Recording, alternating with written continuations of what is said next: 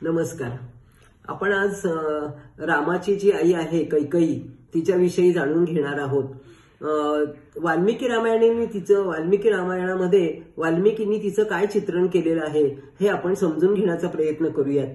तसं बघायला गेलं तर कैकेयी म्हटलं की लगेच कुटील, दुष्ट, कारस्थानी असंच तिच्याबद्दल सगळीकडे गैरसमज झालेला आहे.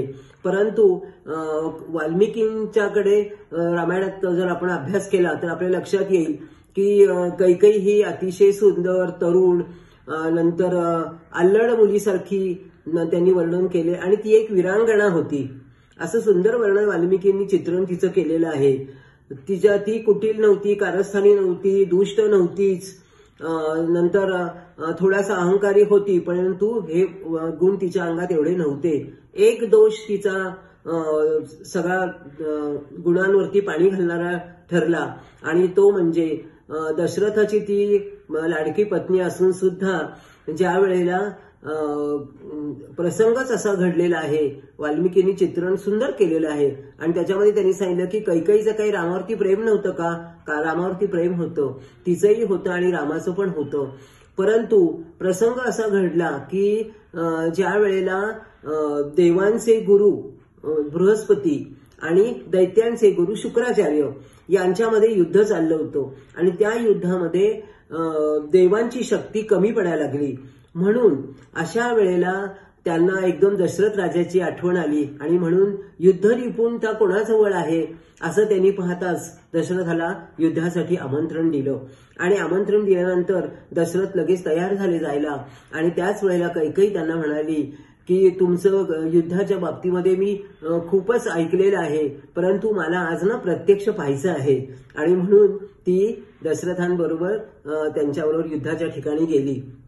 अशा वेळेला युद्ध चालू असतानाच असा प्रसंग घडला की दशरथाचा चाकामध्ये अडचण निर्माण झाली आणि आता तर दशरथाचे प्राण पण वाचले पाहिजेत आणि युद्ध पण जिंकलं पाहिजे. अशा वेळेला कैकेयीने आपल्या हाताचा आधार देऊन दशरथ राजाला वाचवलेला आहे आणि म्हणून त्यांना विजय पण मिळाला. अशा वेळेला दशरथ राजा खूप खुश झाले आणि म्हणून त्यांनी सांगितलं की आता तू 2 वर मागून घे. म्हणून ती म्हणली की मला जेव्हा वेळ येईल तेव्हा मी ते मागीन आणि तिने ते राखून ठेवले. अशा राखून ठेवलेल्या वरांमध्ये ती विसरून गेलेली होती. परंतु ज्या वेळेला रामाला राज्याभिषेक करायचा असतो त्यावेळेला तिची जी मंथना दासी होती तिने तिच्या डोक्यात कली घुसला आणि तोच कली तिने कैकेयीच्या डोक्यामध्ये घुसवला की आता तू हे 2 वर आता मागून घे, तू रामाला 14 वर्ष वनवास आणि भरत जो आहे त्याला राज्याभिषेक करायला सांग. आणि असंच तिने हट्टाला पेटली.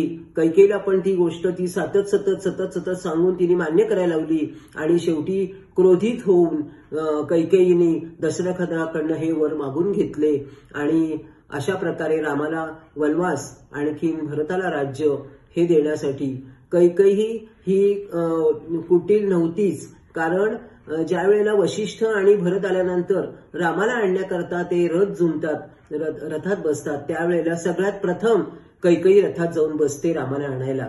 कारण तिचं सुद्धा रामावरती प्रेम होतं आणि रामाचं पण तिच्यावरती प्रेम होतं. कारण तो पहिल्यांदा आला तर आपल्या कैकेयी मातेचं दर्शन घेत असे आणि अशा प्रकारे तिचं वाल्मिकींनी केलेलं चित्रण जर लक्षात घेतलं, त्याचा जर अभ्यास केला तर आपल्या लक्षात घेईल की कैकेयीचा फक्त एक दोष हा असा ठरला की तोच दोष लोकांनी डोक्यावर घेतला आणि तिच्याजवळचे असलेले गुण आहेत ते आले नाहीत पुढे. म्हणून कैकेयी ही चांगलीच आहे. ज्या अर्थी राम तिला नमस्कार करतो त्या अर्थी आपणही तिला नमस्कार करूयात, नाही का? म्हणून तिलाही नमस्कार.